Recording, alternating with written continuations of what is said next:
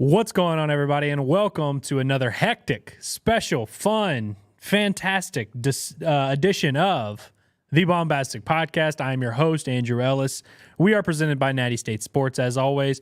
Really apologize for the delay, everybody. I don't know if you noticed, in case you guys did not see the news, Adu Thiero has committed to the Arkansas Razorbacks. If you don't recognize that name, it means you're just a baseball guy that does not know, but he is a Kentucky transfer who is joining Arkansas. Friends with Coach Cal, so it makes sense. One that we weren't really stunned by. He did visit a few days ago, but he popped. He is a Hog now, and so Curtis and Scotty, of course, had to take care of their business. Had to cover the news as they always do, and just a reminder of just how awesome those guys are. Always being on top of it. What other outlet do y'all know of that like goes live immediately when stuff like that happens? When news breaks, they're there to cover it. You don't have to process it. You don't have to wonder about anything. You can get all your questions answered right away. That's what Curtis and Scotty have provided for everyone, Hog basketball fans all over the world, and we appreciate them. They're the best. And if you're not tapped in with what those guys have going on, you are missing out. We were trying to do this around 1:30. We also had the Swatters Club, where Dave Van Horn gives his little address once a month to a group of old folks and me and a few other media people. So I got a lot of nice little nuggets, tidbits from that. That was very good. So we were going to do it afterwards. Normally we do this about 12:30. We knew we were going to have to move it back for that anyway. And then this news broke while I was at Swatters Club. So we had a little bit of a scheduling switch up here, but we are here. We are live. We are here to recap Arkansas's series against Kentucky, which did not go their way. Frankly, they did not win the series, as you can tell by the updated SEC standings, which I did about 35 seconds ago. And guys, welcome to the show. So go ahead and get those comments in the chat. We will get to all of them. Of course, this is another live chat edition of the Baumbastic Podcast. If you are not subscribed to this YouTube channel and the main Natty State Sports YouTube channel, you're missing out. Make sure you go do that now. Like, subscribe, tell your friends, all that fun stuff, and get those questions in now because we are going to be talking. I see a bunch of people had been chatting in the comments for about 30 minutes now. My boy Porkenstein says, "What's up? Overshadowed by Thiero?" Correct. You are correct. We did get overshadowed by Thiero. Not as much overshadowed as much of, the boys had to pop in their studio. But I did appreciate you comments in Porkenstein and being like, "Oh, I get to watch you both at the same time." Not quite, but you do get uninterrupted Natty State. Well, a little 2-minute interruption there. You get pretty much Natty State Sports live shows from 1 p.m. till 6 p.m. with this show. Pot at the Palace, John Neighbor show coming up at 4 o'clock. So it's just what we do. It's just what we do around here. And appreciate you guys hanging in there and being patient with me. Go ahead, spread that word. Let the chat know the show has not been canceled. The show goes on. It must go on. And, I'm really looking forward to this edition. I've got a lot to talk about. There's a lot of intriguing developments going on with the Arkansas Razorback baseball team. A little bit of disappointment. I posted on Twitter that I thought this was going to be like a therapy session where we could all kind of just air out our grievances and discuss every dynamic of this baseball team, from the good, the bad, the ugly, to why they're not going to win the title, why they will win the title, all that fun stuff. I do want to also start by just saying that at the Swatters Club that I just came from, which is at Mermaid, shout out to those guys. It was a great time, and DVH was in good spirits. And he basically said, today's Monday, he said, we told the players, they're like banning them from the facility for a couple days. He just says, hey, unless you have a bullpen that you need to throw, you need to stay on schedule, you need like specific work, or you're injured, you have to get some work with the trainer in, whatever. There's exceptions, but basically Arkansas is not doing any practice, any, hitting, any fielding, anything baseball related. They're just getting a little bit of a break for these next couple days. And now that Arkansas does not have any midweek games remaining, they're able to do that. It is also finals week, I believe, for the Arkansas Razorbacks and for, a lot of colleges around the country. And this is a big deal because Arkansas has been playing a lot of baseball. Like last week, they played 5 games in a week where they traveled, which is not necessarily ideal. You think about a guy like Adu Thiero, not Adu Thiero. I was just reading this comment that I should be hiding now. You think about a guy like Vahiva Aloy, who has literally played in every single game this year. No rests, midweeks, weekends, whatever. Ben McLaughlin, I believe he's rested once this year. Like, these guys are banged up, man. They're beat up. Like, it's a grind of a season. You're not going to be firing on all cylinders at all times whenever it's a 60, 65 game season. And, just feel like these guys could use this recharge. Luckily, it's not like they're having to sit for a long time or miss games. There's just no more midweek games. So it's nice that this team just gets to focus on the weekend, focus on the task at hand. And DVH also shared that he told the team they're kind of shifting into a new mode now. Like, it's now we're treating this like we are in the finals. They're in the finals in terms of classes and stuff like that. But it's a lot easier now for them to focus. It's soon they're going to be able to just focus on baseball, which is what DVH says all the time. He loves that. And hopefully they can unlock a new level of this offense. I'm sure a lot of you guys are going to have questions on that front, so we will get to all that. But before we do this, we got to give a word from one of our sponsors. New sponsor, not Signature Bank. Everybody ready? Drum roll. L. Jennings Law is our new sponsor. Shout out to L. Jennings Law. Just like in sports, preparation is key. At Jennings Law, they understand that more than anyone, specializing in estate planning, including crucial documents like trusts, wills, powers of attorney, healthcare directives. They ensure that your family is protected and provided for no matter what comes your way. Don't leave your future to chance. Contact L. Jennings Law today to create a plan that's as comprehensive as it is comforting. That's what the experts at L. Jennings Law do. So sign up with those dudes today. Give them a call, a good steward firm. You see the number here plastered. If you're listening to us, it is 501-501-WILL, which is 9455. I'll read that again, 501-501-9455. That is L. Jennings Law number. Don't leave your future to chance. Go check out Jennings Law. We're gonna leave the overlay up there because they've earned it. Shout out to Jennings Law. Which, by the way, Jennings Law, not a Natty State sponsor.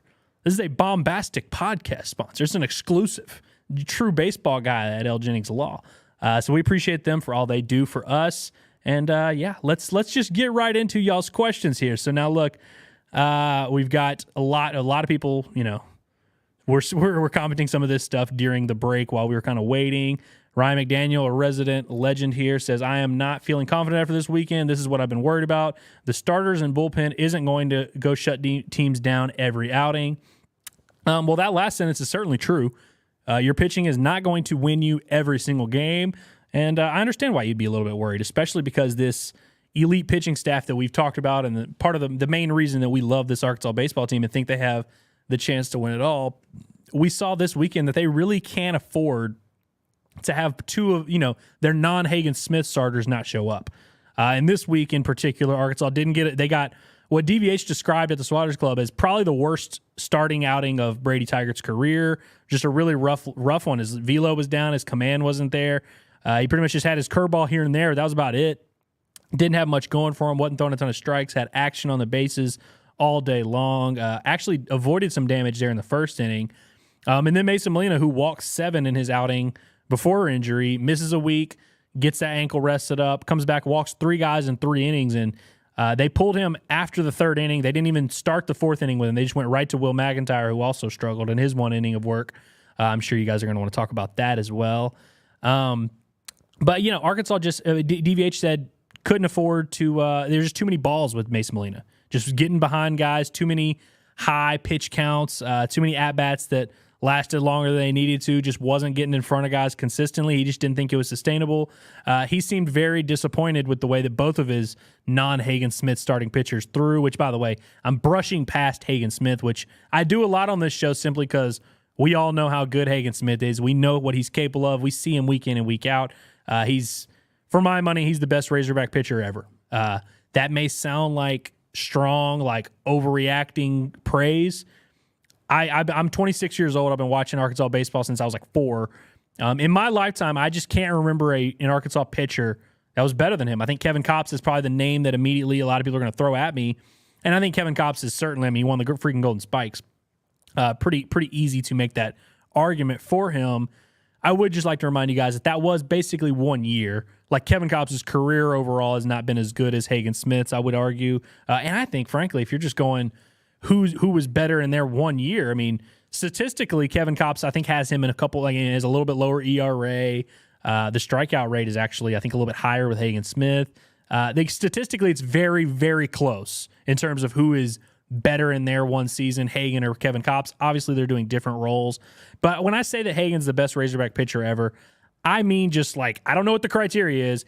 Just gun to my head, he's the best one I've ever seen. He's the most reliable week in and week out. He's been so consistent, most talented also. Like, I think he's going to have the longest future, mentality, all of it. He has it all.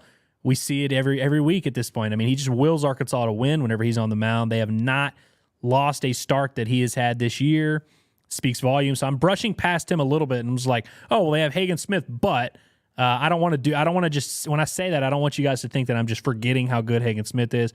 I know damn well how good Hagen Smith is, but like we've discussed, we know Arkansas is going to need a couple more arms to really help out. And honestly, it's not like it's just been Hagen Smith all year. There was a time where Will McIntyre was one of the best relievers in the country. Gabe Yackel continues to be one of the best relievers in the country. Brady Tigert had been really good going in his last couple starts. He had put together 2 quality starts in a row, 2 6-inning starts. Mason Molina had times this year where he was dominant. You can go on down the line. Fouch, Hewlett, Faraday, whoever. There's a lot of guys that have been contributing to this cause. But just big picture, Arkansas is going to need more than just Hagen Smith and Gabe Yackel, or even Christian Fouch. Like, they're going to need some of these other guys, these older guys like a Tigert, like a McIntyre, like a Molina, to step up and be good for them down the stretch. And we know all these guys are capable, but I think this weekend what we learned, which is what we kind of already knew, which is Arkansas can't afford to have 2 of their starting pitchers stink. They just can't. It's going to be really hard to win a series that way, and they didn't get it done. Ryan McDaniel says, do you think we have to start going more into a manufacturing runs mode, more sack bunting, more hits and runs, more steals? The only reason I would say no to that is because I don't think Arkansas has necessarily the guys who are ready. You know, like, I don't think a top 1 through 9 Arkansas has a lineup that is built to do that necessarily. There are some guys who can handle the bat, and we've seen that happen. Like, people say that. We've seen that happen. We've seen Peyton Stovall bunted his way with a hit on. We've seen Jared Spraglott bunt the ball well. We've seen a couple of Ty Wilmsmeyer's bunted his way on a few times. Like, Arkansas will do that stuff here and there. I don't know if Arkansas needs to make that like a forefront of what they're doing offensively. I just think Arkansas has to be better, man. I think they just hit the ball harder more. Like, they just don't string together a ton of consistent success. It's like good at-bats here and there. There doesn't seem to be a ton of connective tissue 1 through 9. I don't know if they need to start doing it. I mean, maybe in situations here and there, you get first and third with nobody out, and it's a 1-run game, then yeah, sure. I think Arkansas just needs to be better overall. Like, I just don't think there's like a, everybody wants to like point to a reason, and a lot of times they come up with Nate Thompson as that reason. I don't think there's like a one specific thing you can point to or one thing they need to do better. I just think some of the guys that they expected to be good need to be good. We'll get to Hudson White in a little bit because I do want to talk about him in depth a little bit. But this past weekend was a very good sign because that looked like the Hudson White that they thought they were getting. We've seen Vahiva Aloy have flashes of being the Vahiva Aloy they thought they were getting. Didn't get that this weekend.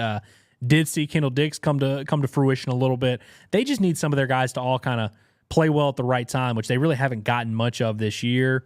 I don't know if there's a way to do that necessarily to just make these guys be good. It is what it is. Let's see. Z Goose says, need to go 3-3 in these next 6 to solidify a top 8. I think that's probably fair. I was asked that question last week of like, what would it take for Arkansas to clinch a national seed? And I think I said 4 wins. Arkansas has 1 now. So, mathematically speaking, I'm not a whiz, but I think they just need 1 more if we're basing it off that. And I do think 3-3 of these next 6 against Mississippi State and Texas A&M, especially given how good those 2 teams are, I think 3-3 gets the job done. I think 2-4 probably gets the job done, frankly, simply because I would not recommend Arkansas doing that because this fan base would freaking lose it if they went 2-4. But I do think that going 2-4 would probably end up being okay, especially if they win a game or 2 in the SEC tournament. There's not a ton of teams in that 9-15 range who are really making a strong push. Like Mississippi State, for example, I don't know where they're at in the rankings, maybe 12, 13, 14. They're 14-10. Obviously, they beat Arkansas in a series in Baum this week, and that would maybe change it a little bit. But I don't think they're particularly close in terms of resume of like getting a national seed over Arkansas. Obviously, if they win out or if a couple other teams win out, maybe that'll feel a little bit differently. But right now, I think there's a little bit of a discrepancy between the top 5 or 6 teams and the, teams 7 through 20 range. Let's see. Yeah, and DJ Hogu says, look at that cool skeleton AV. I like that. Another tough weekend across the nation. Tennessee versus Vandy, UK versus Florida, Clemson versus Wake Forest. Yeah, there's a big series coming up this next weekend. And frankly, this past weekend was pretty hectic. We can go through. I don't have the SEC scores pulled up. I probably should have did that before I started rambling on this podcast. But A&M dropped a series against LSU. Tennessee took care of business, obviously, but Arkansas, Kentucky, Arkansas ends up losing a series there. There was a lot of shaking up going on. I know South Carolina was in trouble against Missouri. I think they came back and won that pivotal game 3. But it was a little bit of a weird week. Vanderbilt had a rough go of it against Georgia. There was a lot of very interesting. There was a lot of interesting moves going on around the country. Let's see. Caden 4177 says, we had one job and we fumbled the bag. Now Kentucky has ammo on us. The Kentucky are going to come out in full force now. Well, Caden, I have good news for you. I don't believe Kentucky has much of a baseball fan base. I was actually just talking to a guy at the Swatters Club who said he was there, and he said he was able to get face value tickets right behind the Arkansas dugout pretty easily. You saw the games on TV. Now, there was some weather. It was hot. There was some rain, but was not like it was a packed house there in Lexington. I don't think Kentucky fans know that their baseball team exists, Caden, so I think you're going to be okay. I don't think any of them it's Monday, and maybe they're out there, but I just have not heard a ton of them. I don't think it's gonna be that big of a deal, really. I haven't heard from too many Kentucky fans, maybe just a couple here and there. One guy did tag me on Twitter because I posted on the College Baseball Insider Show, which shout out to Matt Grissom, who does a good job there covering national college baseball, SEC baseball overall. And he called me out for picking Arkansas to win the series, which okay. Ryan McDaniel says, saw your question to Dave about Jim Schlossnagle. So we're talking about Swatters Club and kind of developments that came through it. DVH did address it. I just point blank asked him, I was just like, hey, did you see his comments? What'd you think? And he basically was like, hey, you need to look at teams in the East. He hinted that it wasn't Arkansas that got caught, and that the numbers kind of lined up with some teams in the East, which a lot of the people on the internet, they kind of crunched the numbers and circled 3 or 4 teams. Arkansas was in that mix there of teams that kind of lined up with the numbers. But Vanderbilt seems to be the team that a lot of people have concluded it probably is, given that they played A&M, the numbers line up and all that. I would just like to point out that literally no one except for Jim Schlossnagle has said anything about this or reported on it or anything like that. So it does still seem like Jim Schlossnagle was maybe talking out of his ass a little bit, which was my initial kind of thought when I saw this happening. I was like, it just doesn't seem like a real thing. Who knows? But DVH basically was like, I didn't think he should have put that out there. I think you need to look at other teams, and he didn't talk too much about it. It was interesting. I didn't expect Dave to say much. I thought that I would be able to tell based on his reaction, if it were Arkansas that was being referenced. I don't believe it is. I think we can reasonably conclude that. And the fact that none of us have heard anything about it makes you feel pretty good about it. But I don't think Dave was thrilled with Jim Schlossnagle talking out of his ass publicly like that. Let's see. Says Dave seemed a little fed up with the offense during the interview. Yeah, he's fed up with the offense. You guys are fed up with the offense. You don't think Dave is fed up with the offense? No, yeah, of course he's fed up. There's a lot of positions where just Arkansas needs to be better, and it just seems like I said they can't get everyone going at the same time. He was very pleased with Hudson White, which he did mention. He mentioned that in the big room with the Swatters Club interview, which we don't have the full thing. I did not record that, but he was pleased to see Hudson White. And he said finally, which is what I've been saying, what a lot of you guys have been saying of finally, this guy seems to be coming to life here. Let's see. But I think mostly he knows this team can be better offensively. We all know that. We've kind of been saying it for a while now. So yeah, you think DVH doesn't notice these things? And like I said, it's just when you get 2 guys to play well, then 2 more don't. I think he definitely wishes there was more clarity. He did say that in the interview that you're referencing. He said, I wish I could just play one lineup down the stretch. And maybe now that we're just playing weekend games, he'll get closer to doing that. But he said DH, still looking like a platoon situation. He's very frustrated that he mentioned their left-handed bats. I think he's really referencing Nolan Souza. And I'm not saying he's talking bad about Nolan Souza. But I think he's a little frustrated that Nolan Souza doesn't hit left-handers well. If he were hitting left-handers well, Nolan Souza would be playing every day. So for everyone every week that is like, hey, why is Nolan Souza, not in the lineup? It's because he hasn't been hitting well lately, and especially against lefties. And I know that they haven't started him against righties sometimes too. But I think he's kind of frustrated. The term that DVH used on Sunday during pregame radio was Arkansas has a few BP all-stars, some guys that are really, really good in batting practice that can put on a show, but it doesn't always translate to the game. I think DVH is very frustrated by that development, but I think he also knows that this team is capable of more, which is kind of what a lot of us have said. And so, yeah, I just think that this team, we're all going to have to wonder, is this team going to reach the levels that we think they can? Obviously, big picture, no. But game to game, it's just a matter of, hey, can they string it together? Can they do enough with this pitching staff?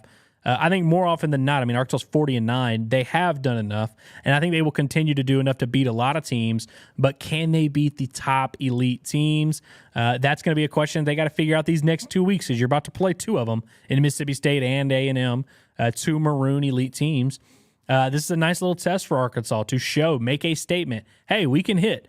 We can win a slugfest if we need to. They haven't done it much this year, but it would be really nice to get some of those questions cleared up.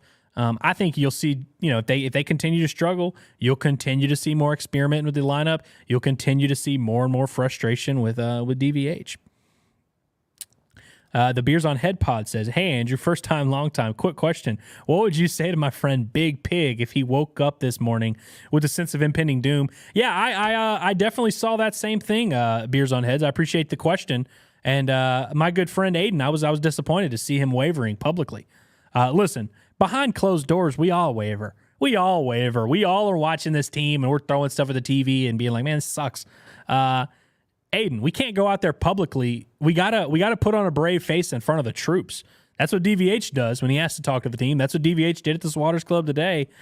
We can be concerned, and there are plenty of reasons to be actually concerned. But I think ultimately, this is a long-winded way of saying we're all worried about this team in terms of just we want this to be the team that wins the national title. And I say we because I don't have any problem admitting I want this team to win the national title. I've been watching this team for 26 years. It's been my favorite thing to watch. Of course I want these dudes to win the title. And I still think they can. I think big picture, you just look at the pieces, you look at the makeup, you know that you got a really good pitching staff. You know you're probably going to start off 1-0 against with Hagen Smith on the bump every weekend, including in Omaha. And so, look, it's not like this offense has to reach a very high bar. Now, to Big Pig's point, to his concerns, I think we've safely established at this point, this Arkansas offense is not a top-line, elite, consistent, run-scoring offense. It's just not. If this team's Omaha hopes are going to be determined by whether or not they can become an elite offense, they're not going to be able to do it. They're not going to do it. It would be insane, literally insane, to expect them to just turn it on and magically be elite. But the good thing is, I don't think they have to be. I think we've all kind of known that all along, deep down. And weeks like this week where the pitching struggles a little bit and the offense isn't able to pick them up, you make them think, you're like, man, they're not going to be able to beat anybody when the moments come. But you see this team, when they pitch well, there's not much they have to do. And hell, even in that game 3, they ended up losing 7-4. There were plenty of opportunities for that offense to continue to put pressure on Kentucky and make that a much closer game than it ended up being. They can't afford for their two non-Hagen Smith starting pitchers to stink, which is what happened this past weekend. But I don't think this past weekend should give you any more big picture concerns than you already had, if that makes sense. Like everything that I just said about this team, you could have also said before they lost to Kentucky. Everything we've been talking about all year about the offense being underachieving and just clearly not being an elite group, like that's all been true this whole time. That was true when you were beating Florida. That was true when you were beating Ole Miss, LSU, all these teams. I also just don't think it disqualifies Arkansas from being able to win the national title, frankly. Michael Beck, who is my BFF, he said, Pierce, how about those Tigers? I will. Also, that's a great profile picture, Michael. I will talk about the Tigers because they did Arkansas a big solid, as you can see up here in the SEC standings. LSU, with their back against the wall, just knocked off Texas A&M. That's the funniest part about this whole thing. I was on the Discord all weekend, which shout out to the Discord, and everyone kept being like, "Oh, A&M's going to smoke us. A&M's going to smoke us, man." They were getting taken out back by LSU while y'all were complaining about it and being like, "Oh, we can't beat A&M. We can't beat A&M." And then they're over there getting smoked by LSU while y'all are being Chicken Little over here, man. It's crazy. Ryan McDaniel says, man, it would be nice if Hudson White and get cooking with the bat. Well, good news for you, Ryan. He did get cooking a little bit. Hudson White had a freaking great weekend at the office. He looked awesome, man. He was hitting the ball hard, hit a home run for the first time since opening day. How about that? Love to see that. But, yeah, Hudson White getting cooking is a much-needed development for Arkansas. And I also just want to go ahead and talk about Hudson White big picture. Caught all 3 games this weekend. Going into the weekend, we were kind of talking about, like, what are they going to do with catcher because Kentucky likes to run, and they had their moments stealing some bases here and there, but it really wasn't as much of a factor in the series as I think a lot of us probably expected it to be. And credit to Hudson White because he helped control that run game a little bit. I don't believe he threw anybody out, but I think early on Kentucky realized, hey, we're not going to be able to just run freely on this guy. They must have liked the pop time. They must have liked the way he was handling himself back there. Catching all 3 games this weekend, hitting the way he did, the progression he's starting to make all around. I think it's hard not to be very encouraged with what's going on with Hudson White right now. Really impressive stuff, man. I thought that was a big time statement from him this weekend, and you know we've been kind of waiting on it. H-Fan. We got a report from my guy H-Fan, who's a great commenter. Love what he's been bringing to the chat lately. He said DJ Wagner commented on Nadu's IG with a heat and 1 emoji. Okay. There you go. DJ Wagner, come on down. Let's see. I think it's just me, but I feel like when we blow out a good team in game 1, we seem to lose the series. Well, so the save is 16. That happened. That has happened, I guess, a couple times now, right? I think that happened in Kentucky. Bama, I guess they didn't blow them out, but that was another example. If y'all remember that 2018 team, which I've referenced no less than 150 times on this show. And the reason I do that, as I said, is I think 2018 is the gold standard for Arkansas baseball. I think that's the best team in program history, the team that should have won the national title. I just feel like when you're comparing Arkansas baseball and when there's a new season that starts, that's kind of the team in my head I compare all teams to. But if you look back at what that team, which, again, should have won the national title, had Casey Martin, Heston Kershaw, Dominic Fletcher, Luke Bonfield, Carson Chatty, all these guys, they were a much better offensive team than this one. Damn sure. Not even close. They didn't have the same level of pitching that this one does. I'm not comparing the two teams in terms of, like, roster, but if you just compare the season arcs and how it played out, that team did not win a single road series. Went 5-5 in SEC play in terms of winning series, but it would happen to them a lot. Where Blaine Knight would get them a win in game 1. I know it happened against Georgia. I know it happened against LSU. I'm trying to think. There's a few other. 5 times. It happened 5 times. They got swept against Mississippi State. Happened against Ole Miss that year as well. Like, it just kept happening where they would win game 1 and then drop the next 2. And there were many concerns of, hey, does Isaiah Campbell suck? Casey Murphy from Rogers. He only throws 89. What are they going to do? All these same questions y'all have now, y'all used to have way worse back in 2018. People were acting like that team was in real trouble going into the postseason that year because they couldn't win on the road. And it was a kind of a thing. This team's kind of a similar situation. They don't play super well on the road. But like with that 2018 team, what we found out was it's really hard to beat them in Baum, though, which it's really hard to beat this same team as well. And by the time they get to Omaha, you know, it's the elite of the elite, and the talent rises to the top, and that's what you just got to hope with this Arkansas team. So I do just think it's funny when people will cite, like, stuff that happens in the regular season as why this team can't win in the postseason, when in reality, I actually think this team is built more for the postseason than they are the regular season, if that makes any sense. I know a lot of you will disagree because you hate this team, but it is what it is. Samuel Brooks says, should Nate Thompson be on the hot seat? I don't like to talk about people's jobs. I really don't. And it's not my place. These guys know way more about baseball and way more about hitting than I ever will. And frankly, I think when you're just talking about all of us, when you're talking about someone's job, which is what we like to do a lot, you're talking about stuff that you really don't know about. And I say that I'm talking about me, I'm talking about anyone who is talking about the job Nate Thompson is doing. We can look at the team play on Saturday and watch them. Oh, they had 3 hits. Nate Thompson sucks. Oh, they had 14 hits. Nate Thompson good today. Yeah, pretty good. We can do that game.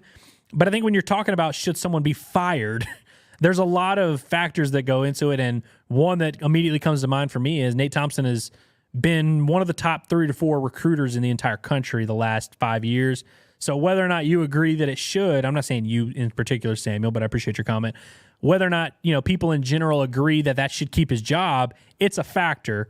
I think the success that Arkansas has had during his tenure, this has been basically the best offensive stretch in school history the last 6 years.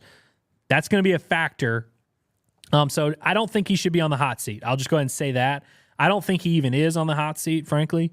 But now, do I think he's going to be the hitting coach at Arkansas next year?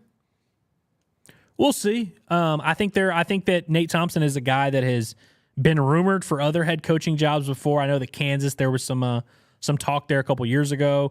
I think he's going to continue to be rumored for head coaching jobs, and I wouldn't be stunned at all at any point if he took one. And that goes for Matt Hobbs. That goes for even like Bobby Warnes, who I'm sure is going to have opportunities for the next few years.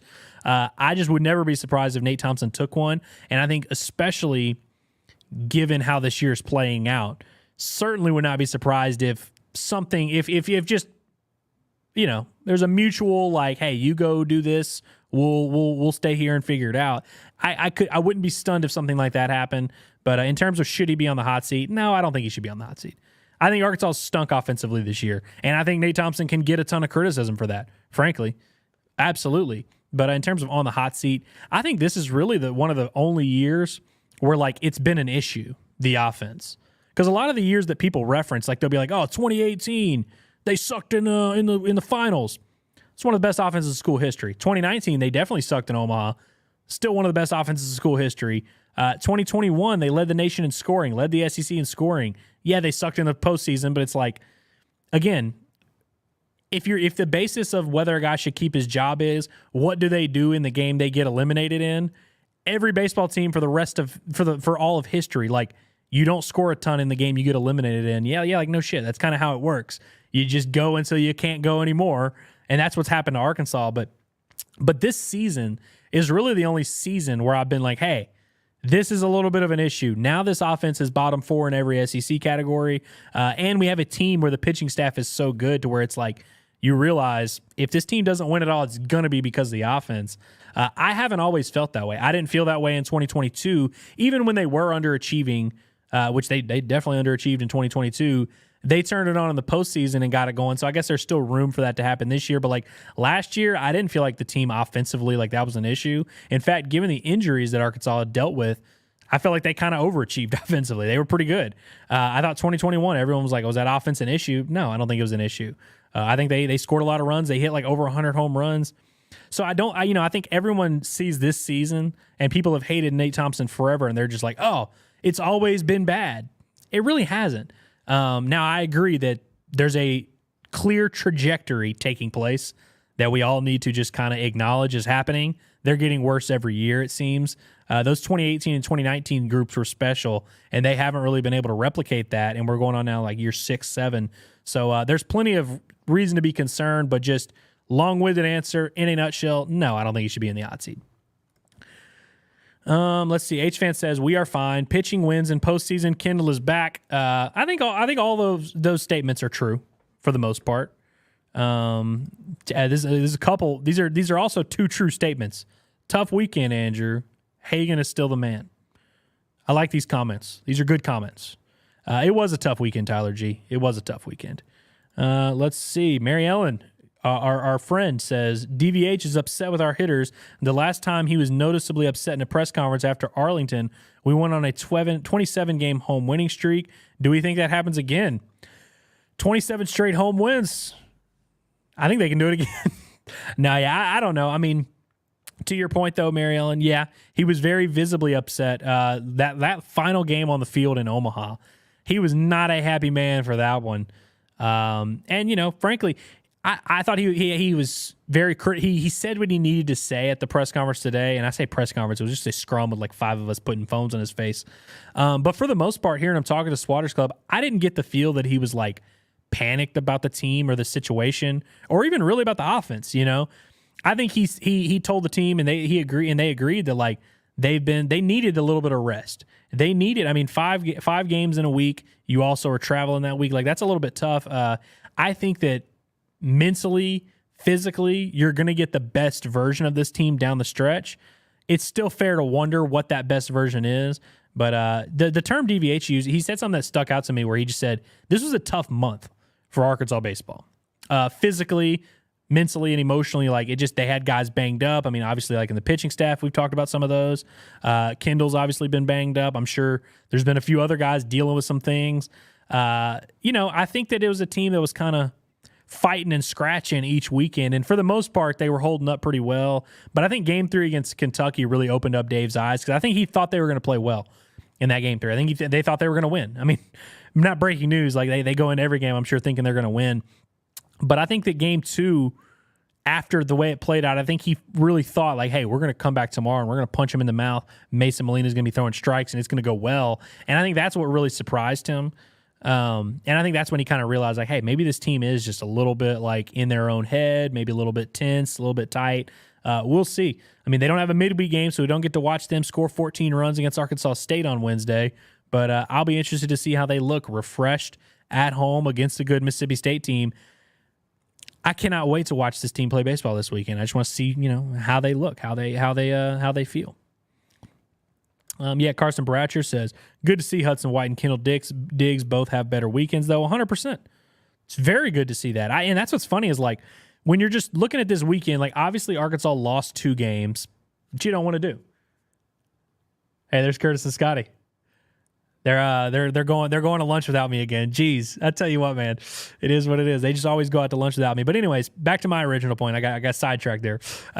If you just look at this weekend and look at big picture developments that took place this weekend, let's just talk about a few of them. So one, Arkansas starting pitching outside of Hagen Smith, that was a big development. The fact that we got to see it on display, like, hey, these guys are not quite where they need to be at this point in the season. I think we can all agree on that.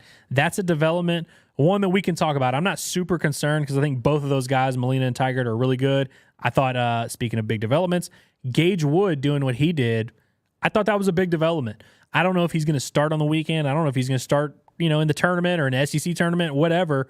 But I thought that him just having an extended outing, I believe it was a career-long outing for him, I thought that was a big deal, and I thought he looked awesome doing it. I think that bodes well for his future, especially because, this is the dude that pitched 3 innings on Tuesday and then came back on Saturday and threw like 78 pitches. I thought that was really, really impressive what Gage Wood did. That's a development. I think the Hudson White development, that's a big one. That's a positive one. Kendall Diggs, that's a big one. That's a positive one. I think if you're talking about negative developments, there's plenty of them, but I just think big picture on the weekend, there were a lot of positive developments. I think Christian Fauch continues to look better and better. Obviously, Hagen Smith is still Hagen Smith. Like, if I'm just looking at big picture takeaways, there wasn't like a ton that happened this weekend that gives me concern, at least stuff that didn't before. Like Arkansas losing a Game 3 and not scoring a ton of runs, they've been doing that all year. So it's not like it's adding a new concern to my table. But Mason Molina coming back from injury and looking bad, that does add a concern to my table. But Gage Wood looking good adds a good development here. So I think it's just you got to take the good with the bad. But I don't think there was a ton that happened this weekend that like really surprised me or like makes me nervous, if that makes sense from a big picture standpoint. Samuel Brooks follows up with, on a scale of 1 to 10, how worried are you about us leaving guys on base? I think they walked over 24 plus during the weekend. It's not even as much about leaving guys on base. It's just about not hitting. Honestly, like everyone always talks about runners in scoring position and who you leave on base. Those two things are kind of just products of what happens. Like leaving guys on base doesn't necessarily mean, like if you have a high LOB, that doesn't mean you're a bad hitting team. A lot of times if you're hitting well, you're having guys on base constantly, so you're bound to leave a few on base here and there. What concerns me, Samuel, though, is that it's not like Arkansas hit their way to those guys on base.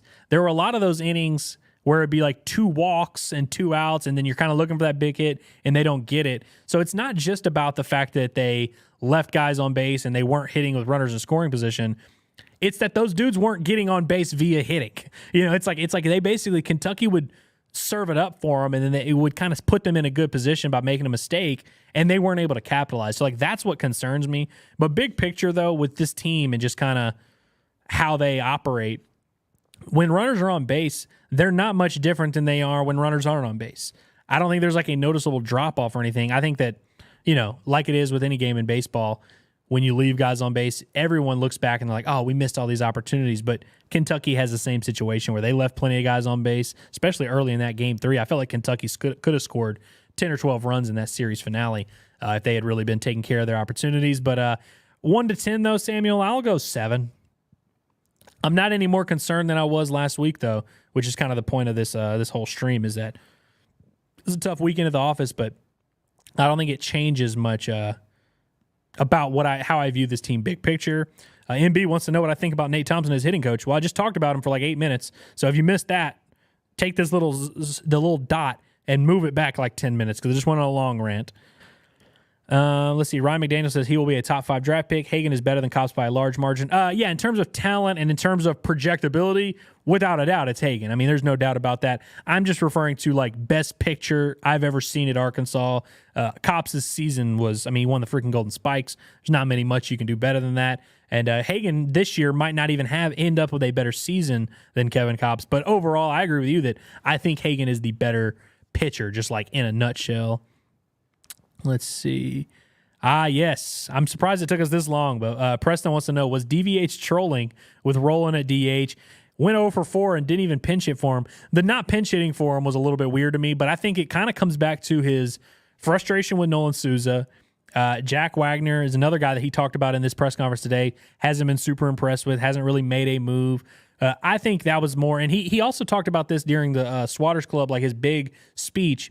He said going in that South Carolina game, game 3, I should clarify, because that was another game where Parker Rowland started and people were kind of surprised. He says he talked to the team between the 2 games because it was a doubleheader, and he said, I'm just going to pick the toughest guys. I'm playing the toughest guys this game, and we'll just see how it plays out. And he played Parker Rowland in that game, and he hit a huge 2-run double that kind of got the lid off the basket for Arkansas. He likes Parker Rowland a lot. There are a lot of factors beyond actual baseball playing and actual ability that lead to Parker Rowland starting. But I think the real thing is that just Nolan Souza and Ryder Helfrich have not hit the way that they are capable of and the way that their talent would indicate. And really just the last couple of weeks with Nolan Souza, we've obviously seen flashes. But, man, okay, I also want to say this, Preston. Do you remember when there were people last week on this very program who were like, got to start Parker Rowland over Hudson Wyatt, got to do all this? Parker Rowland had a really good midweek series. And I had to be like, hey, guys, relax a little bit. People, y'all wanted, not you, Preston, but like every week y'all have new people who y'all are like, oh, start him. And then they start and they suck. And it's like, oh, damn, that didn't work. So it's like, yeah, we're just going to keep doing this thing until someone can get hot. But Parker Rowland, I felt like him starting Parker Rowland was a message to the other guys more than it was anything else. If DVH wants to correct the record, he can. I think that was I'm sending a message here. Jeffrey Weaver says, any chance we can see them stop swinging as hard as they can every swing? Think that kind of plays into the consistency of the offense. So, okay, everyone says all this all the time. They do that when they're early in the count. But if you pay attention, with 2 strikes, like the good hitters on the team, like a Peyton Stovall, even a Kendall Diggs, even a Hudson White, who had a few moments like this weekend, when they get to 2 strikes, they protect. That's what everyone does. That's what every baseball team does. Just because they strike out against a good SEC pitcher doesn't mean they weren't protecting the plate or that they weren't, that they were swinging for the fences or anything. Sometimes people strike out. Arkansas actually doesn't strike out as much as you guys seem to think they do. They're actually like in the bottom 4 of SEC in terms of strikeout rate. But they're not going to stop swinging as hard as they can early in the count. No, they're not going to stop doing that, and nor should they. I think early in the count when it's 1-0, 2-1, I think you need to be getting that best swing off. And I think that's kind of part of my frustration with this team is that they're getting some weak swings. They're swinging at pitches out of the zone when they're up 1-0, 2-1 or whatever and kind of getting themselves out. But no, I don't think this team's going to stop swinging as hard as they can early in the count. I think they just need to start doing more damage is what they need to do, honestly. I think they could use a little bit more power. H-Fan says, we will win both series. Gage Wood will start, I think. Interesting. DVH did say they haven't made a decision on what the rotation will be like for Mississippi State this weekend. But I imagine you will see the same one, Tigert and Molina, again. But I think there's going to be a very short leash on both of them. And I think there's not a lot of margin for error. We'll see. Brandon Simmons says, I feel like we should have put Gackle in after Molina to keep the 3-0 deficit smaller. Got out of hand before we went to him, and it was too late. I don't hate this take. I don't hate it, but I do disagree with it. Mostly just because, say you go to Gackle after Molina, which would have been the 4th inning, what do you do in the 7th and 8th inning? Or 9th inning, for that matter. By the way, DVH said they were going to close with Faraday had they taken the lead in Game 3 in the 9th inning, which is interesting. Kentucky native, has closed games before. It's coming off a couple really good outings. I would have liked to see it. But back to your question, Brandon, I just think I don't hate the notion though of the game's on the line. We have to stop the bleeding right away. And I think in the Discord at that same time when it was 3-0, I was like, hey, they cannot afford to fall behind by too much more here. So I don't hate it, but you still would have had to go to Will McIntyre or Christian Fouch or whoever it is that you wanted to go to. You still were going to have to go to other people. So I don't think it really mattered the timing of it. Would it have made you feel better if they had gone to Gackle early and he pitched 3-4 scoreless innings and then Will McIntyre blew a save? Would that have been better? No, people would have been freaking out and been like, "Oh, you gotta go with McIntyre early and you got to close with Gackle," and all this stuff. I just think they knew they were going to need more than just Gabe Gackle to win that game, so they were going to go ahead and try and get it out there now. And frankly, with the way the offense was swinging. The offense wasn't swinging like it was a high leverage situation. So it was it's tough to make that move, but I get what you're saying. And frankly, it's a fair take. It's fair. Let's see. Let's get a Griffin Underwood says Stovall appreciation comment. I appreciate that. And Stovall deserves a lot of appreciation, frankly. Dude's hitting 362 on the year. He's now got 8 home runs. And DVH spoke about this a little bit. So he's hitting 345 in SEC play. And 362 overall. If y'all remember correctly, he did not participate in Arkansas's first 3-weekend series. So against the James Madison and the McNeese State and the Murray State, I think he did play against McNeese. He didn't get a ton of stat padding opportunities. His stats on the year are legit thrown right into the fire, hitting 362 with 8 home runs, OPS over 1,000. Peyton Stovall has been freaking good, man. This is what we always knew. Or no, it's always new. This is what we always thought Peyton Stovall could be and thought that he could do. Yeah, man, it's really fun to watch that. And I think if y'all want something, if for the Nate Thompson haters, if y'all really want to keep your eye on something, see if you can ever find Peyton Stovall and Nate Thompson interacting. Just period. Just whether it's in the dugout, whether it's in the on-deck circle, if it's wherever. See if you can ever find Peyton Stovall and Nate Thompson interacting, and I will just leave that there. Let's see. Drew Webb says, why do we let people steal second and third without a throw? They still score on our wild pitch. Well, I'll tell you, we were talking about Hudson White earlier and kind of how well he did. Most of the stolen bases that have happened against Arkansas this year have happened against the pitchers. Tigert in particular really struggles to hold runners on. But there's been a lot of most of the stolen bases that have happened have been pitchers not holding them on. To clarify, Drew, that's not a coach's decision. Hey, don't hold them on. That's a pitcher not doing his job and not checking on those runners, at least looking back there. Who was it the other day that just straight up, it might have been Hagen Smith, actually. In fact, it was Hagen Smith who let someone steal third base right in front of him. Part of that is Kentucky's a team that just puts pressure on teams and likes to do stuff like that. Most teams you can kind of get away with doing that against because they don't run a ton. But it's not like a coach's decision to let them steal second and third without a throw. That's pitchers not holding guys on. That's what that is. Ryan McDaniel says we just have to be a competent offense. We have to be better with runners in scoring position. Both things are true. David, who I really appreciate his comments, he says BP champs point even more towards hitting being a player issue, in my opinion. They know what to do. They just aren't doing it. Yeah, I mean, a little bit. And that's the thing is like there's plenty of blame to go everywhere. Like I love that everyone wants to like find an issue. And, you know, people rotate their players who they just really hate. You know, like everybody was really dogging Kendall Diggs last week. They were really dogging Hudson White the week before. People were dogging Vahiva Aloy earlier in the year. People were hating on Peyton Stovall in previous years of his career. And they love, and mixed in with all that, they love to make fun of Nate Thompson.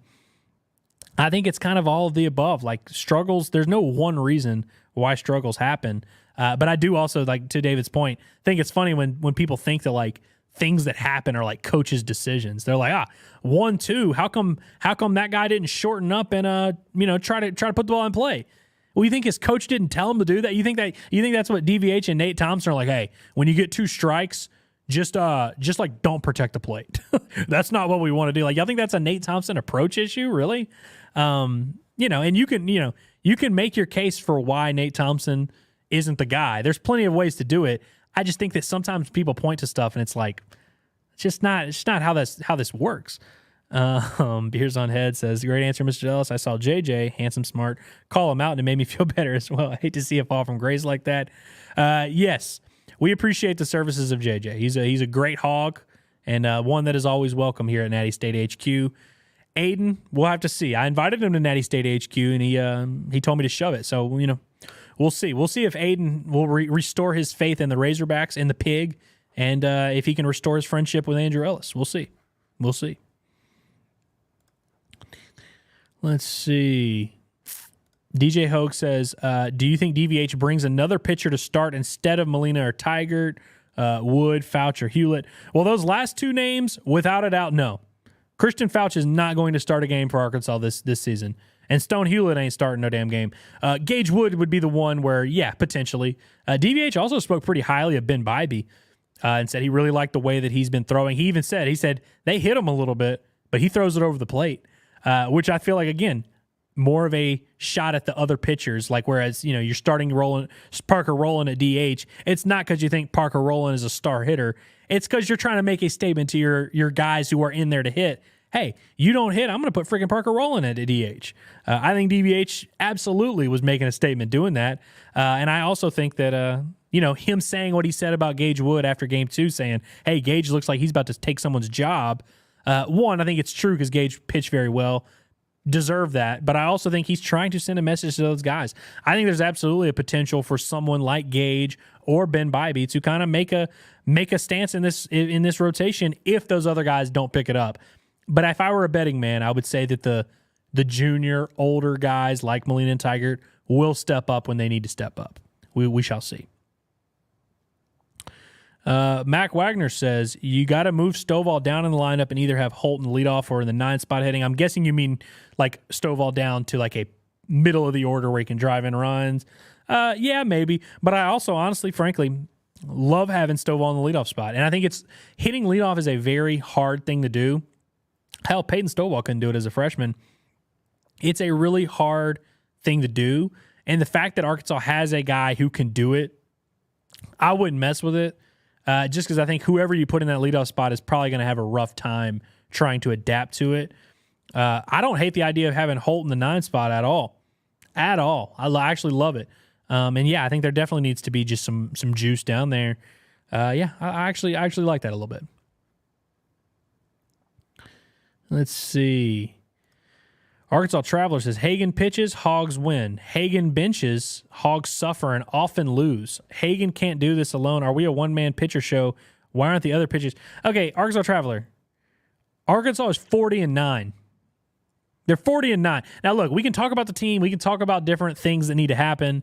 But saying that Hogs often lose without Hagen Smith is an inaccurate representation of what's going on. Just is. No, Arkansas is not a one-man pitcher show. They have like 4 dudes who are going to get drafted in the top 5 rounds. Like they've got plenty of arms. They need some of those arms to pitch better, and they've gotten a few of their arms, like Christian Fouch and Gabe Gackel, to pitch really well. They need some of their older guys to step up, absolutely. But Arkansas still is like top 3 in the country. I think they're number 2 in the country in ERA. They still lead the SEC in like every pitching stat. by a pretty wide margin. So obviously Hagen Smith's a big part of that, but like I think we're kidding ourselves to be like, oh, this is again, this kind of comes back to my point of like we see a thing happen. Like for instance, we saw a 3-game series happen with Kentucky. And what happened was Arkansas went 1-2, and all these things that we've been talking about happened. And people have now convinced themselves that that's just how it's been all year. It's just not true. I mean, people in the Discord are trying to be like, why is Brady Tiger starting? Because he's been a damn good starter all year. That's why. Like, it's not really like obviously Arkansas needs their top guys to pitch better, but people were like confused as to why Kendall Diggs was in the lineup because he's good, because he's been hitting well all year or all his career. He needed to hit better, which he's doing now. Same with Hudson White, but that's why he's in the lineup. Why does Will McIntyre get chances on the weekend? Because he's earned the benefit of the doubt, and he needs to pitch better. No doubt about it. I mean, it just is what it is. Blaine Jennings says, just need to win 2 this weekend and win 1 next weekend. Don't care about Hoover. Come back and get rest, then ride to Omaha. Hard to disagree, Blaine Jernigan. It's a good comment. Like that. Let's see. David says, is there a limit officially or financially on how many assistant coaches a D1 team can have? Yes, there is. In fact, it used to be literally just 2. You could literally just have 2 paid assistants. Now they finally have the 3rd paid assistant. So now finally Bobby Wernes is officially being paid by the University of Arkansas. Yeah, and I've heard talks that they're going to buck the scholarship limit of 11.7. That would be nice. But yeah, it is kind of crazy. Frankly, that Bobby Wernes, like the job that Bobby Wernes does for Arkansas now, he gets paid for. But it's crazy that 3 years ago he wasn't being officially paid. Like that's unreal. But yes, there is a limit. Let's see. The Butta Bean says, everyone's starting to realize the gap between Hagen and everyone else was much bigger than we initially thought. Maybe to an extent, but like I think we kind of knew that Hagen was a different animal. And also here's what I would respond to that, Butta Bean, is I think people are seeing this past weekend and think that Brady Tigert and Mason Molina are worse than they are, and have been worse. I mean, let's just pull up their overall numbers on the year. Brady Tigert's got a 3.34 ERA with 66 strikeouts and 56 innings. Opponents hit .213 against him. Mason Molina, 3.81 ERA, 71 strikeouts and 42 innings, or 49.2 innings. Opponents hit .187 against him. Obviously, neither of those guys pitched well this weekend. They both need to pitch much better. But let's not act like there's like a big picture issue with Arkansas's pitching staff that it's like, oh, God, what are they going to do? I think they had a bad weekend. I think 2 of their best arms didn't pitch well. They need to pitch better. Sometimes it really is as simple as that. I see a lot of Matt Hobbs love. I appreciate that. I mean, Matt Hobbs, I'm sure, appreciate that. And I think it's relevant. It's relevant. Yeah, Devin Talley says, this could be like 2022. That team had all kinds of issues at the end of the season, and they absolutely exploded in Stillwater. This is a great point, Devin, and it's one that I was thinking about recently. That 22 team really underachieved in the regular season. Like, this year's offense, like whatever on paper you thought it was going to do, they're definitely below it. But I think the 2022 offense, let me just go back to that real quick, because that team's offense just really didn't bring it in the regular season. So they finished the season. So this is a lineup that had Chris Lanzilli, Michael Turner, Caden Wallace, Peyton Stovall, Jalen Battles, Braden Webb, Brady Slavens, Robert Moore, Zach Gregory / Jace Borfin. So just right off the bat, that's a lot of really good hitters I just listed for you. That lineup that I just listed should have been really good. In the regular season, they were all right. They were about middle of the pack in every SEC category, kind of like the 7 to 9 range, a little bit above this year's team, frankly. But and they had a lot more power. They had 106 home runs, which this team damn sure ain't gonna do. I just look at that group. Jalen Battles is one of the few guys who really made some progression year to year. He hit 10 home runs and hit 289 for the year. Way up from what he did as a sophomore. Braden Webb also had a massive year, hit 15 home runs, 283. Really was way up from what he did the year before. Caden Wallace also had a nice little bump in production, had 16 home runs, hit 298. But pretty much everyone else on that offense, except for Michael Turner, who was also really good, you could argue really, really underachieved. Robert Moore hit 232 with 8 home runs. That was tough. Brady Slavens dropped his batting average from 284 all the way to 255. Still hit 16 home runs, still was effective, but still definitely not as good as he was the year before.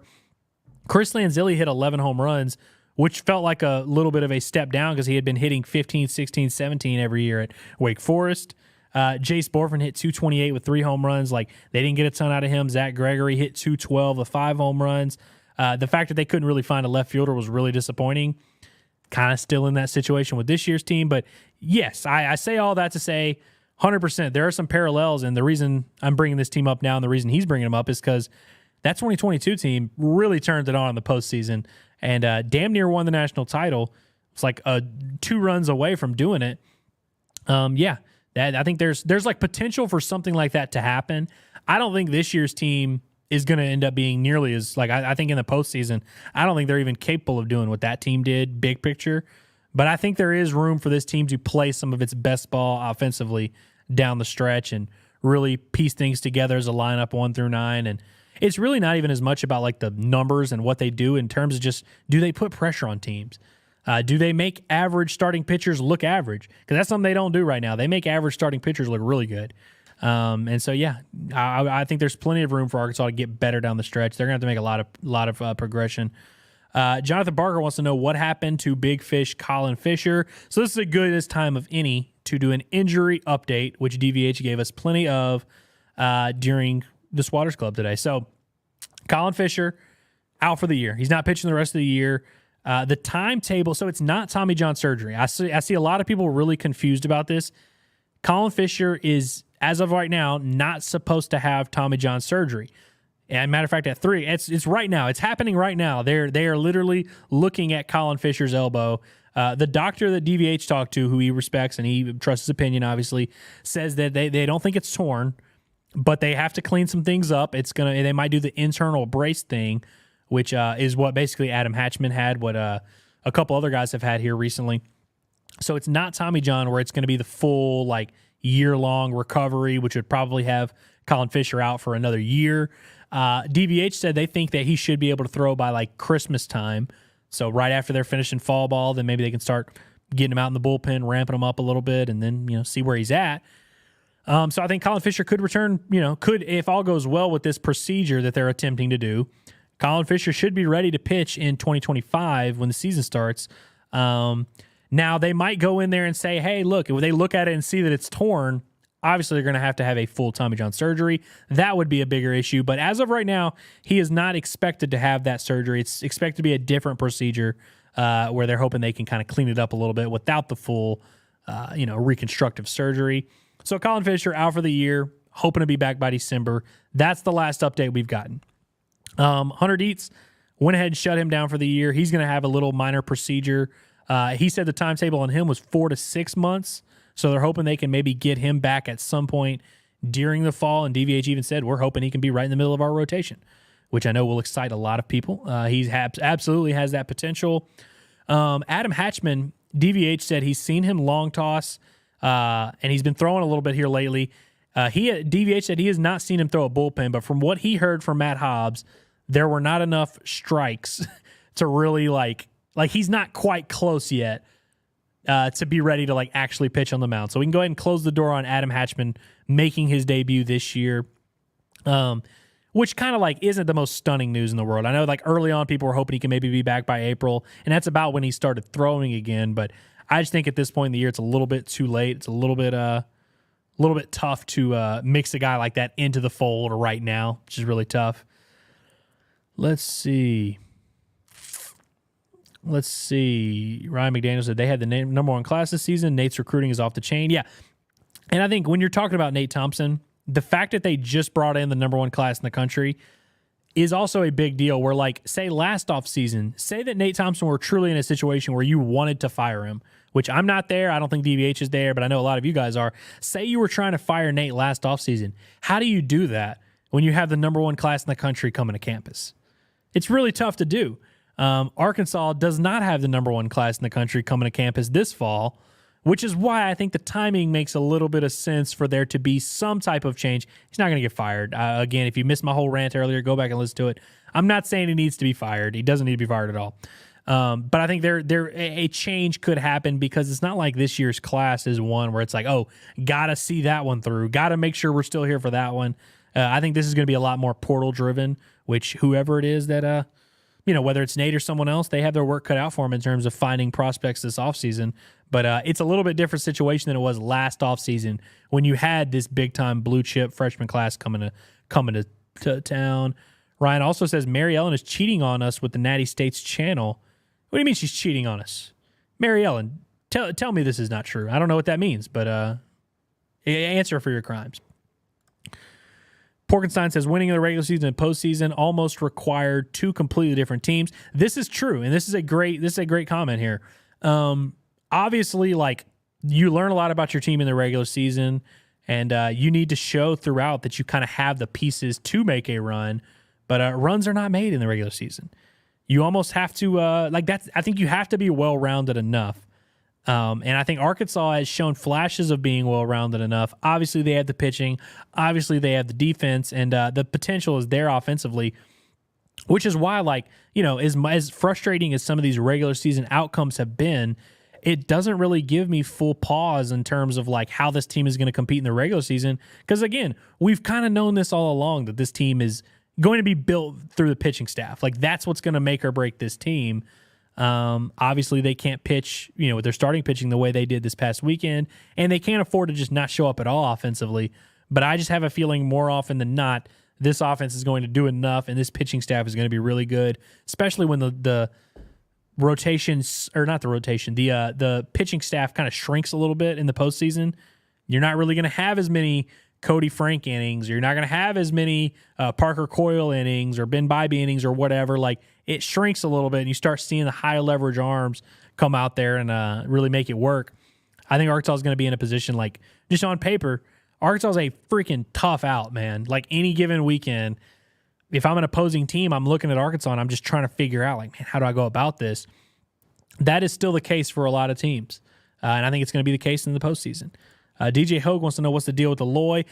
I don't think there's a deal with Aloy. I think he's we can have this conversation every week if y'all want, but he's always going to be an up and down kind of gets hot, gets cold, gets hot, gets cold for the most part. That's just kind of who he is. I also think when you're talking about the fatigue that I was referencing earlier with this team and them kind of needing a break. Vahiva's played every single game this year, man. He started every single game. I believe that is now, 49 of 49. He has started every single game this year. I think he is going to benefit from this rest as much as anyone, and I think that'll probably help him a little bit. But also, I just think he's an inconsistent, hot cold type of hitter. And for the most part, at the end of the year, you'll look back and you'll live with the results. As hot and as cold as he's been all year, he's leading this team in home runs, leading this team in RBI, also leading this team in runs scored. He's produced a lot, even with his inconsistency. So I think big picture, you still feel really good about what he's bringing to the table. And as a shortstop, he's been really, really good. Really good. Tanner Harris, my guy, says, is Arkansas still good at baseball? Many seem to be concerned. Who knows? Everyone can make their judgments. But overall, if you ask me, for me, I think they're pretty good. Luke Hagat says, thoughts on Fouch as of recent. Could we see him in more extended outings? I love what Christian Fouch is doing, but part of what I love about what Christian Fouch is doing is the fact that he is not having extended outings. And frankly, y'all can call me crazy. I know that everyone will. I don't think you should want Christian Fouch to be extended, because what makes Fouch special is he throws 99 and he has a really nasty splitter. The longer you see it, the easier it is to deal with that. I think he's perfect in those maximum 4 to 6 out type of outings where he can just kind of come in and heat it up. I think that's what he's going to do in the big leagues. I think that's what he's going to do for the next 12 years of his career. I think that's the best way to get stuff out of him. What he's been doing here lately for Arkansas, I think that's perfect. I don't think you should be trying to extend him too much, especially because his arsenal doesn't really lend itself to being a super pitchable 4 or 5 innings type of thing. He doesn't throw 7 pitches. There's not really much to figure out with Christian Fouch. It's 100 miles an hour with a splitter behind it. And that's a damn good combo. I think they should keep him like a Jacob Costi shot kind of workload. I think they've handled it really well. And I just think it's more about other guys stepping up. I think Christian Fouch, they should keep everything exactly the same. It's kind of the pitching version of what I think with the Stovall situation, where it's like, yeah, he's been really good. And so I know there's a need where you're like, oh, you kind of want to move his role around. I think you just, if it ain't broke, don't fix it. And it ain't broke with Christian Fouch right now. Don't fix it. Let's see. Mary Ellen says, the offense right now feels like 2022. Good, but not nearly enough. If we pick it up like that team did, we can go a long way, especially with our pitching. Shit, man, if this Arkansas team has the 22 offense that they had in the postseason, this team's probably winning the Natty. I'm just telling you. Like, if this team gets that type of production that lineup had all the way through Omaha, this team's winning the Natty, man. It is what it is. Ryan McDaniel also says, don't know how fair it is to be frustrated with Souza, a freshman that has gotten inconsistent at-bats recently. In terms of us, like, should we be frustrated with Souza? Absolutely not. I was actually talking to my beautiful girlfriend Hillary about this the other day. I was like, he's a kid, You can't make him not be a kid. The only way for him to get better is to go out there and play. And I think he's going to go out there and do that. And he's gotten inconsistent at-bats lately. When it's against lefties, I'm all for it. I don't want Nolan Souza facing a ton of lefties at this point. I think he's kind of shown not really great against college lefties at this moment. So I understand it. I understand wanting to let him figure it out, I was kind of on the side of just play him every day and let him figure it out.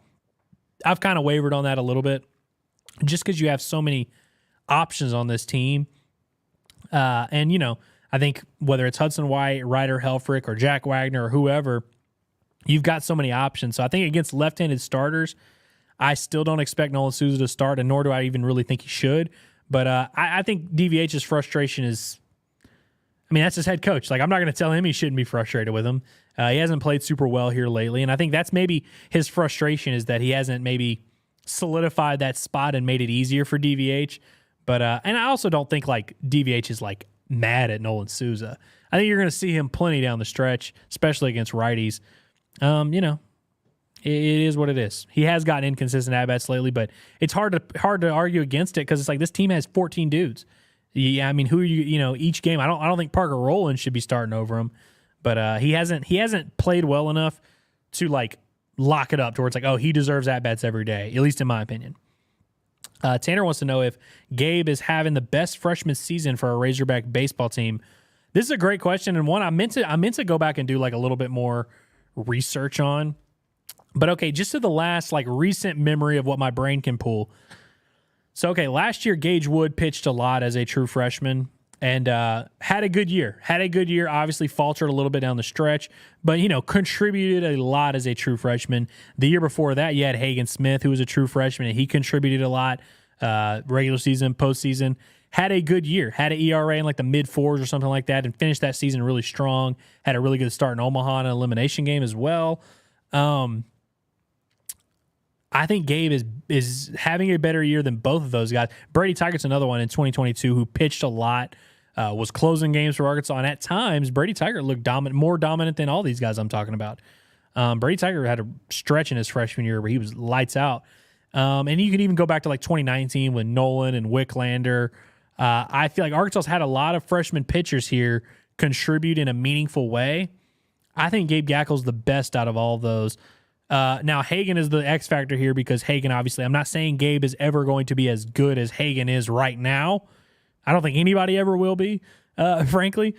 But I think if you just compare what Hagen did as a freshman to what Gabe did as a freshman, very different things, because Hagen was starting for most of the year and then kind of got transitioned to the bullpen later.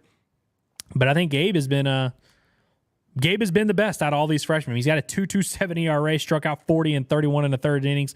Opponents are hitting 142 against Gabe Gackel this year. I don't know if I can remember a freshman pitcher being this good at Arkansas. If y'all can think of one, let me know, and I'll kind of look into it a little bit. I really cannot remember. I don't remember what Ryan Stanek did as a freshman. I remember him being really good as a sophomore, but I'm really trying to think about it. I can't remember a freshman being as good as Gabe Gackel is right now. That's just me. Josh Miller wants to know thoughts on Lovich playing more. Well, so the thing with Lovich is he's swinging it pretty well. For the year now, I think Lovich is hitting, he's hitting 289 for the year. Gets on base pretty regularly. OPS is a good one. He's been good at the plate. Just really a stinker defensively. And I don't mean that disrespectfully. Respect the Lovich family. But I think defensively, when you're thinking of all the options in left field, I think he's safely the worst. When you take into account Edmondson, Holt, Jones, or whoever. I think Lovich, you're kind of giving up a lot of defense when you play him out there, which, like, look, I'm, in the outfield especially, like, I think it's a little bit easier to play a bad defender. But there's been a couple plays in SEC play that have really, really hurt Arkansas. I mean, he cost Brady Tigert a few runs the other day with 2 outs, hits a fly ball, the warning track, and he just misses it. Now, it probably would have been a little bit of a tough play, but he just completely misjudged it. He dropped a ball at Auburn against the warning track, which ended up not costing them, but was like a big deal. I think that has to scare them a little bit when you just think about playing in Omaha with a big park, a lot of ground to cover. Like, that has to make you a little bit nervous. But I think he's been swinging the bat pretty well, lefty. So against right-handed pitching especially, I think there's plenty of room to get Ross Lovich in there, and he's kind of earned those shots at the plate. He's one I definitely would have expected to see DH or pinch hit in Sunday's game for Will Edmondson, honestly. Okay, let's see.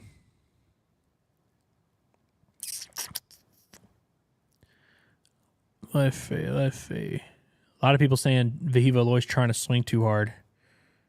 Let's see. The Mold Gaming says, will Gackle be our Friday night guy next year? I would imagine so. I don't know who you bring in that's going to be better than that guy next year. Maybe they're able to land some transfer or something, or maybe Hunter Dietz really is just that guy.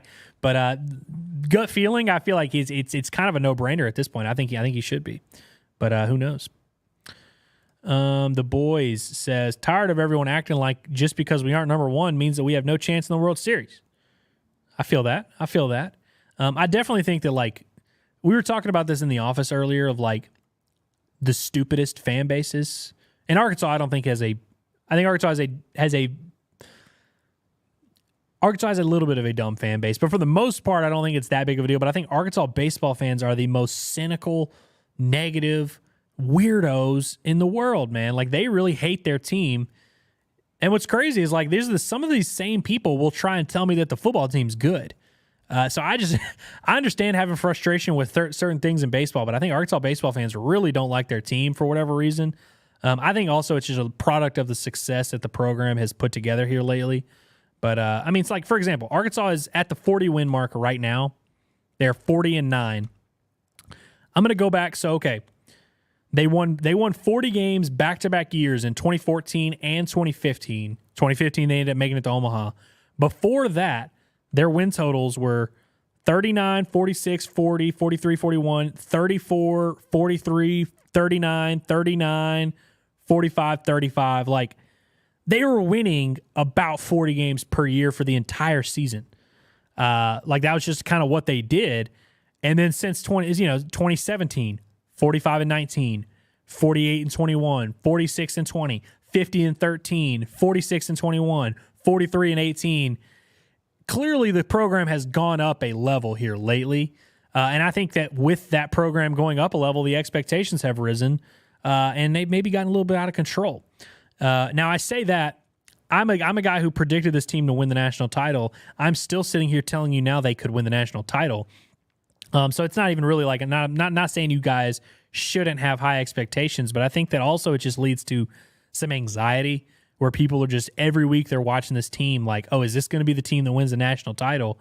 And any negativity that they see, they're just like, oh, so we can't hit. Kendall Diggs sucks. Hudson White sucks. Peyton Stovall sucks. Vahiva Loy sucks. Like, they just kind of talk themselves into big picture proclamations over a small sample size.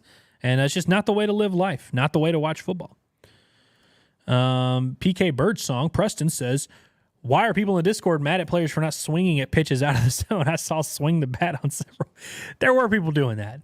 People like swing. People, I'll tell you what it is, Preston. People really don't like striking out. So they want Arkansas to put the ball in play at all costs. But I think what we've learned this year is that it's not the way to go about it. I mean, Arkansas, this is the least Arkansas has struck out in any year under Nate Thompson. This is the least Arkansas has struck out, and it's by far the worst offense. Frankly, and obviously it's not as simple as, hey, striking out more means you're going to hit for more power. But for the people that think that Arkansas has too much of a power-based approach, if you look at the numbers this year, you could argue they need to be more power-based because they're not producing a ton of slugging, but they're not striking out. It's like they're just kind of grounding out a lot. It kind of sucks, man. And to Preston's point, like, sometimes you don't need to swing the bat. Sometimes don't swing the bat. I'm glad they've been taking their walks here lately, but geez. DJ Hogue says, forgot about Bybee.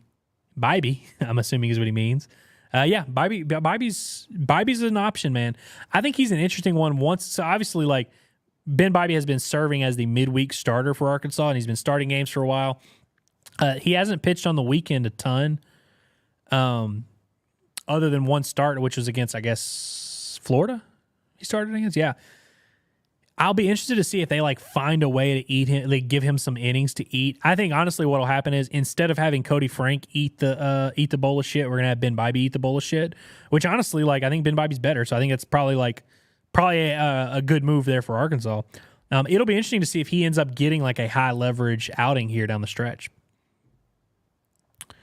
Let's see. Porkenstein says Dylan Carter had 4 indifferences in 1 inning.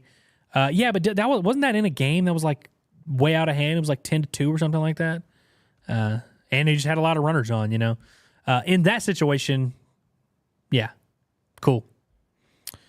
Bohannon, my guy says, I'm late, but I'm here, Andre. Tell me your thoughts on Holt's flow. It seems like Peyton Holt cut his hair recently, right?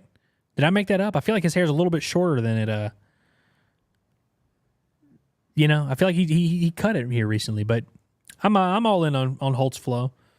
I think we should have more people with some flow, like me, you know. Mary Ellen says, I love how pretty much every argument against this team can be destroyed by saying on a record. I mean, yeah, and look, I don't want to be that guy who's like, oh, just because they're winning doesn't mean there's any issues. But I do think that people always say stuff where they're like, oh, you know, this issue, this is like they'll see something happen on a given weekend and like, oh, like they've been saying Brady Tiger sucks. They're like, oh, he's been sucking. He had a bad game this past weekend. But before that, we literally did a segment on the show comparing his stats to Blaine Knight, and they were freaking identical. So it's like, I think a lot of times people see things in a small sample size and just extrapolate it in their minds. And I think they should not do that. I think it's a bad thing to do. Let's see. Billy Ryan Smith says, I believe Tigert and Molina would be more efficient out of the bullpen. Billy, I would argue that literally everyone would. Like, I think overall, like, for instance, we were talking about Christian Fouch earlier, and like, oh, everybody's saying, oh, they want an extended Christian Fouch outing. You don't want a Christian Fouch extended outing because then the reasons you like them, you wouldn't like them as much. You know, like when you're on a bigger sample size, it's just harder to be good more consistently. And I think that's kind of what Tigert and Molina are running into here. So, yeah, would they be better in the bullpen? Probably. But then who would you start? You would take a guy who's pitching well in the bullpen and you would make him a starter. Like, spoiler alert, Gabe Gackle, who I just said is going to be the Friday night starter next year. If you just made Gabe Gackle the Saturday starter right now, he would not be as effective as he is right now. Just how this thing works. Like, it's really hard to go out there and pitch 6 innings. It's a lot harder than it is to go out there and throw 2 innings. So I don't disagree with what you're saying, Billy Ryan Smith. But I do think that that goes true for pretty much everyone. I mean, Hagen Smith was more effective out of the bullpen. Literally within the last, I'm not even joking, within the last 12 months, I've had people try and argue with me and say that Hagen Smith needs to just be a closer. I'm being dead serious. I even went back there. I did a show on SEC Unfiltered where I said something about how I expected Hagen Smith to be really good, and someone was in the comments arguing with me, and I went back and like did the old takes exposed against him because this is preseason, and he was like, Hagen can't go 5, 6, 7 innings and all that. People were saying all that shit last year. Yeah, it's just hard to start, and yeah, would they be more effective out of the bullpen? Probably, but I think that would be the case for most guys for the most part. So I didn't mean to shit on your comment there. I just meant like in general, I think that you're always going to have this issue though of like someone you take from the bullpen and move them to a starting role. Yeah, it's a harder job. So yeah, they're gonna be a little bit less effective, but that's just kind of the risk reward you take. Let's see. Let's see. Porkenstein says the extra assistant was voted down a few years ago by Northern Schools. Yeah, but they finally did get that passed, and now Bobby Warnes is getting his thing. But yeah, a lot of the Northern Schools were not for it. Preston says Bob Moore and Brady Slavens must have told Stovall to stay away from Nate Thompson. I don't know about that, but I would just say that I'm not going to give Nate Thompson credit for Peyton Stovall hitting well this year. That's just what I will say. Mac Wagner says you could talk him into Lovich at DH. Yeah, why not? The only issue there is that like you face the same issue you have with Nolan Souza, which is when you face a left-handed hitter, then you have him. But Lovich hits better against lefties than Souza does, which is why he got to start against a left-handed pitcher this week, which is kind of interesting. But yeah, I could see Lovich getting some DH work 100%. He's been swinging it pretty well. James M says, Lord, I think they can make a run. Got to have that negative slant. WR could have won series, and then it would have been, we could have won the series, and then it would have been they didn't do good enough.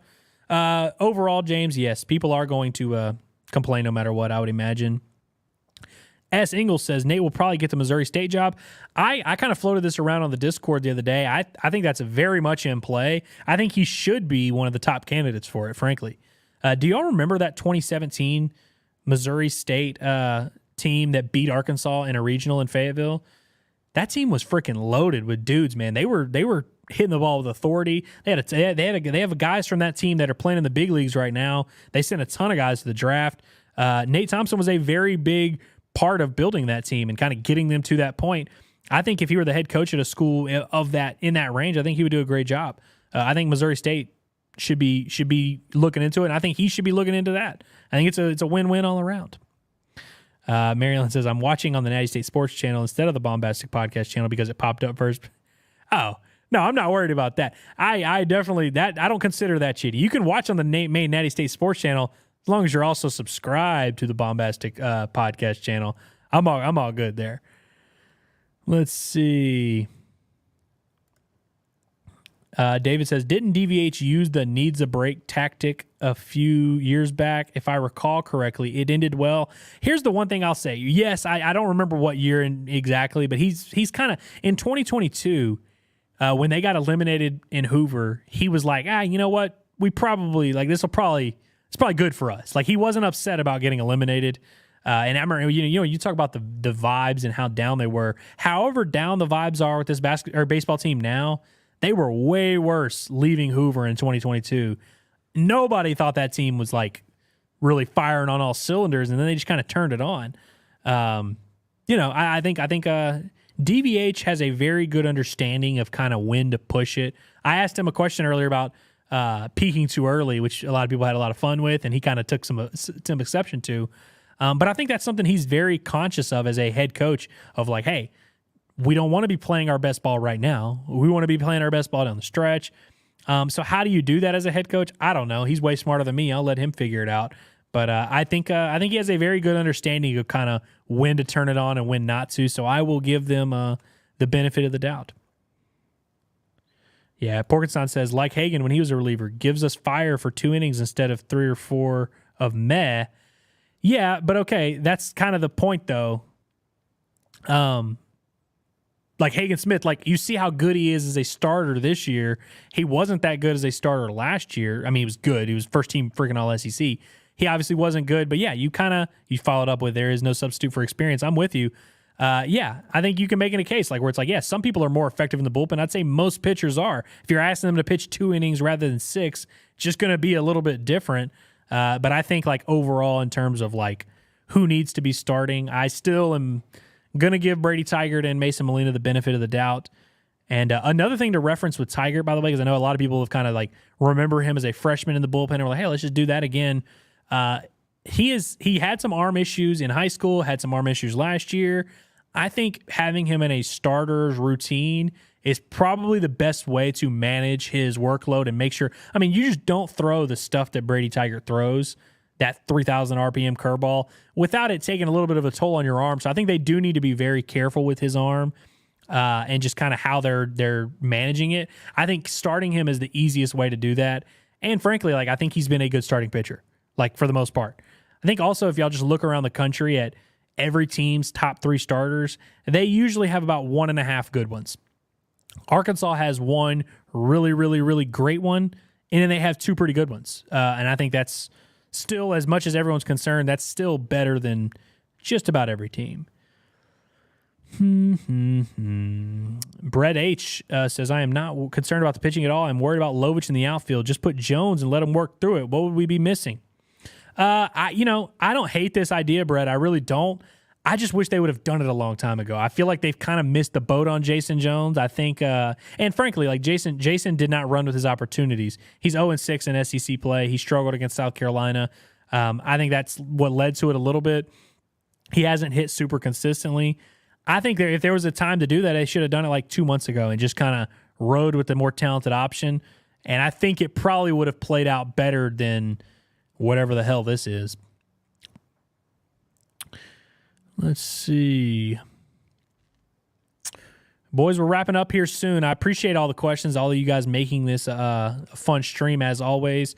It wasn't as structured as I wanted it to be, and I apologize for that. I kind of was coming in here last second. I was trying to rush home from the Swatters Club to do this, and then the Aduthiero thing happened, so I really wasn't able to like structure it out super well.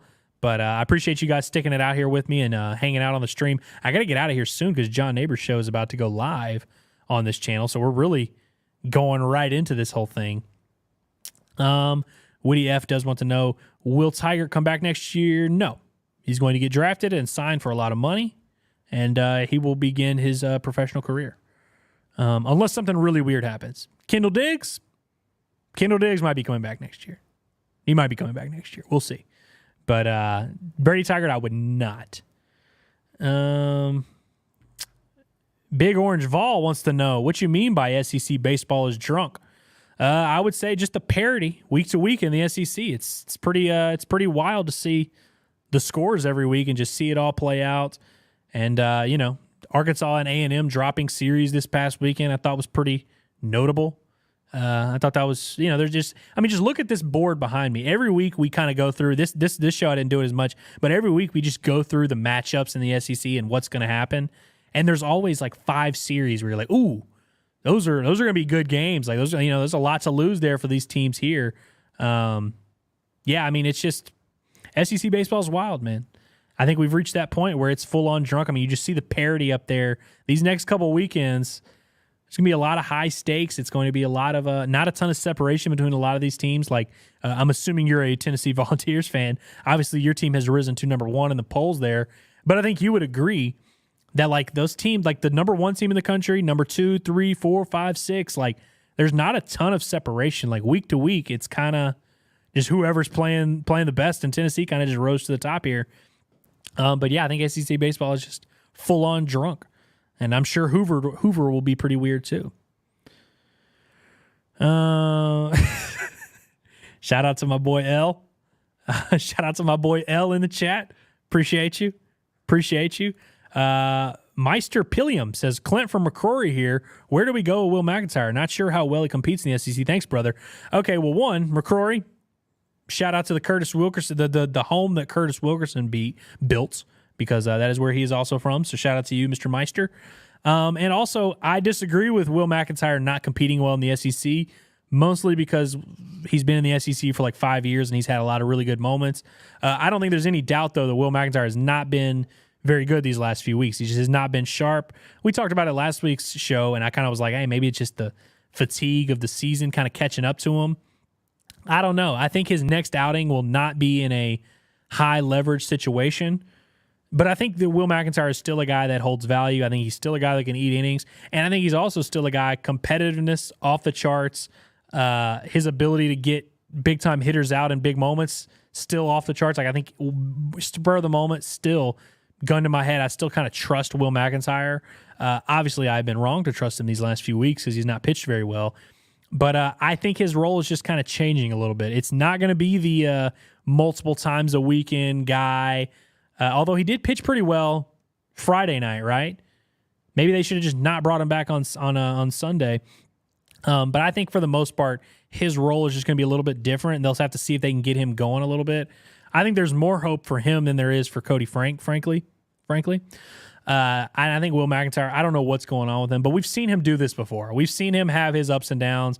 I remember at the beginning of last year, people really were like out on him completely, and then he really turned it on down the stretch. So I won't be surprised if his next outing, if he stinks again, because it's just kind of how it's been going. But I also am not going to be surprised if he goes on a nice little run here down the stretch and gets some important outs for Arkansas.